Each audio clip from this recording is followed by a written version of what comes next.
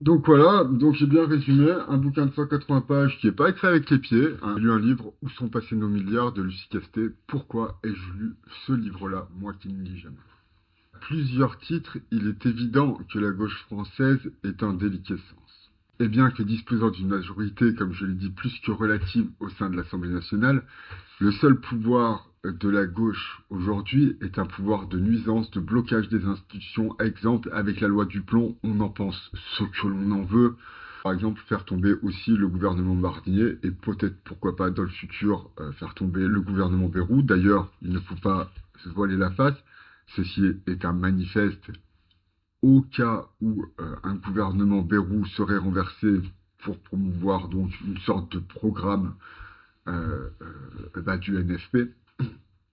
Donc pourquoi la gauche est en déliquescence? Parce que malgré donc fort de son nombre de sièges, elle ne représente toujours qu'un pouvoir de nuisance et que la tête d'affiche du parti de gauche, c'est pas Mélenchon, c'est Lucie Castet, c'est elle qui a été présentée par l'ensemble des partis de la gauche pour représenter la gauche. Donc elle est l'incarnation de la gauche, n'en déplaise à ceux qui voudraient que ce soit Jean-Luc Mélenchon. Bah non, c'est pas vrai. Donc le chef de la gauche, c'est pas le chef non plus, mais bon, c'est quand même la figure la plus intéressante à gauche aujourd'hui, c'est bien Lucie Castet.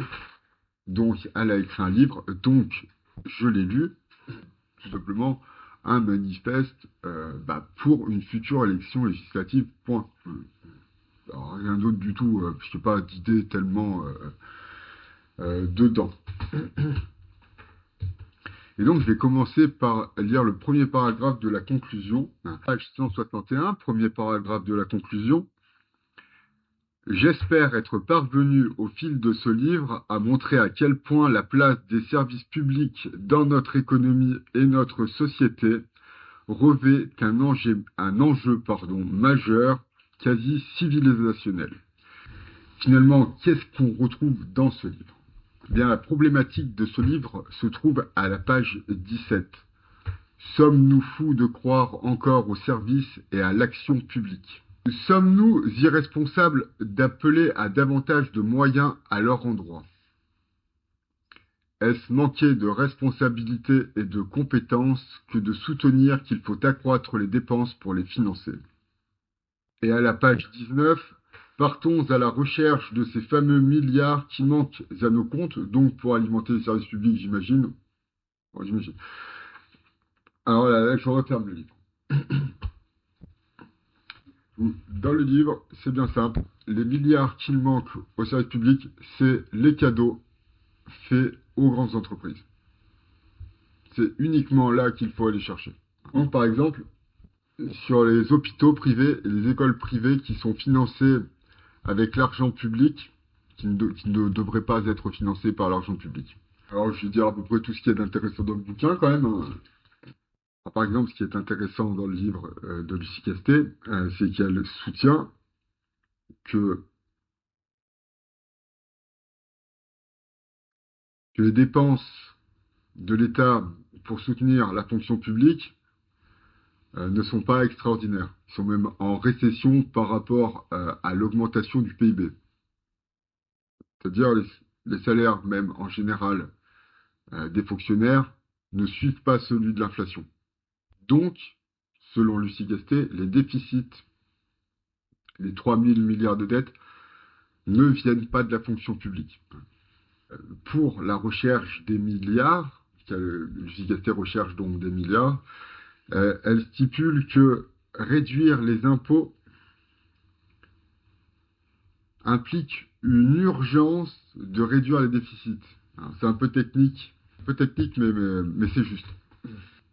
Donc dans une optique donc plus sociale qu'économique également, Lucie Gastet rappelle que privatiser un service public comme la poste ou une école, c'est transmettre la charge pécuniaire de la collectivité vers l'individu.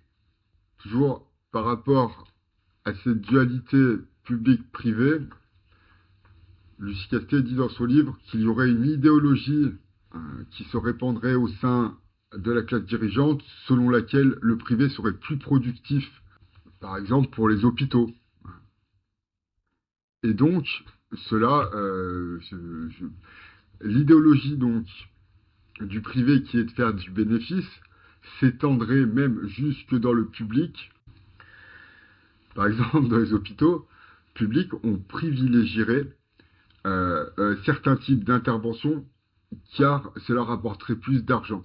Car si vous allez à l'hôpital, que vous êtes malade, et que les soins qu'on doit vous apporter ne rapportent pas d'argent, vous passez après les autres pour être soigné. L'idéologie du privé s'infiltrerait dans le milieu public, à l'hôpital spécifiquement.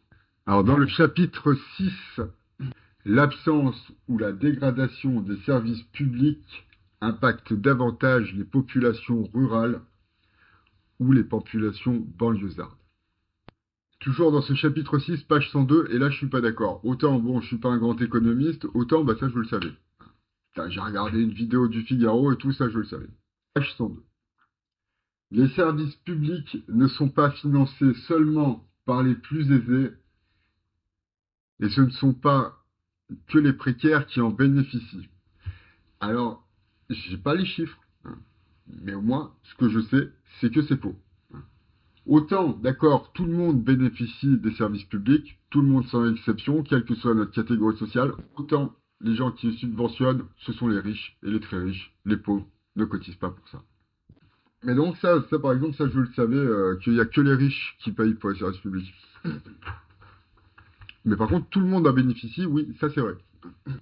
Dans le chapitre 7, aussi incroyable que cela puisse paraître, Lucie Castet évoque l'insécurité. Qu'améliorer les services publics, c'est résoudre l'insécurité. C'est protéger. C'est pas résoudre, c'est protéger les gens. Ce qui est assez ironique, puisque de toute façon, dans l'ensemble du livre, il y a le mot gendarmerie une fois, je crois, et 2 fois le terme police municipale, par exemple. C'est-à-dire, on parle jamais, en fait. Ni de la gendarmerie, ni de la police municipale, police nationale non plus. C'est-à-dire, on parle des services publics, mais pas de tous les services publics.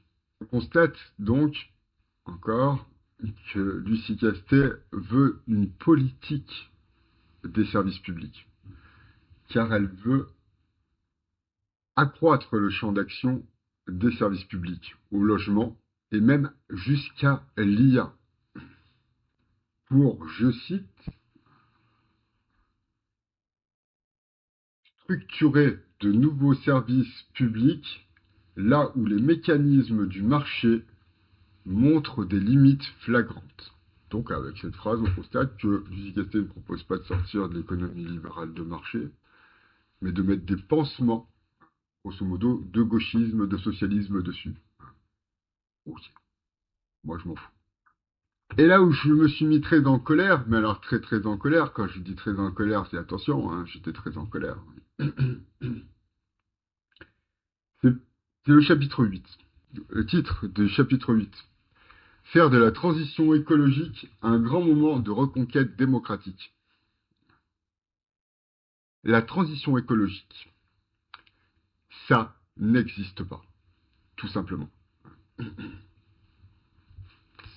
C'est quoi la transition écologique? Concevez-moi la transition écologique. On arrête de faire des routes pour les vélos, parce que ça détruit la nature, de faire des routes pour des vélos. Rien que des routes pour des vélos, ça détruit la nature de toute façon. Continuer à utiliser l'eau du robinet et tout, ça perturbe le cycle naturel de l'eau. On arrête d'utiliser l'eau du robinet aussi. La transition écologique est un mythe qui n'existe pas, tout simplement. Ce sont des chimères utopiques, venues d'esprits bobos, qui veulent être en communion avec la nature, alors que l'homme a toujours été un parasite sur Terre. Je souhaiterais vous faire part d'une révélation surprenante. J'ai longtemps observé les humains, et ce qui m'est apparu, quand j'ai tenté de qualifier votre espèce, c'est que vous n'étiez pas réellement des mammifères. Tous les mammifères sur cette planète ont contribué au développement naturel d'un équilibre avec le reste de leur environnement. Mais vous, les humains, vous êtes différents. Vous vous installez quelque part et vous vous multipliez. Vous vous multipliez jusqu'à ce que toutes vos ressources naturelles soient épuisées. Et votre seul espoir de réussir à survivre, c'est de vous déplacer jusqu'à un autre endroit.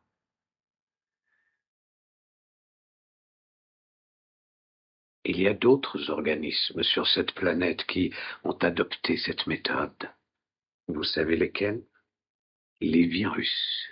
La conclusion finale de cet essai, en tout cas c'est comme ça que Lucie présente son livre, c'est que les Français bénéficieraient d'un changement de modèle économique. Comme je l'ai souligné avant, Lucie Castet propose juste de mettre des pansements de gauchisme dans un monde de droite. Qui ne savent pas lire Oui, et pas mais écrire.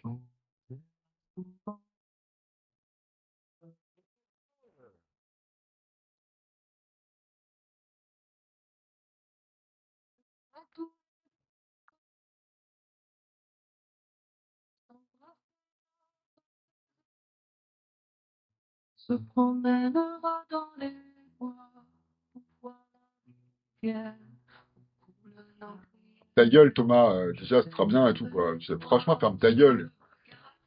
La manette de Xbox, c'est le monde sensible, ce qui m'est immédiatement accessible. Mon message est d'utilité publique. Point. Ce sont pas des gentils, les mecs. Dire, pour moi, c'est un méchant. Point.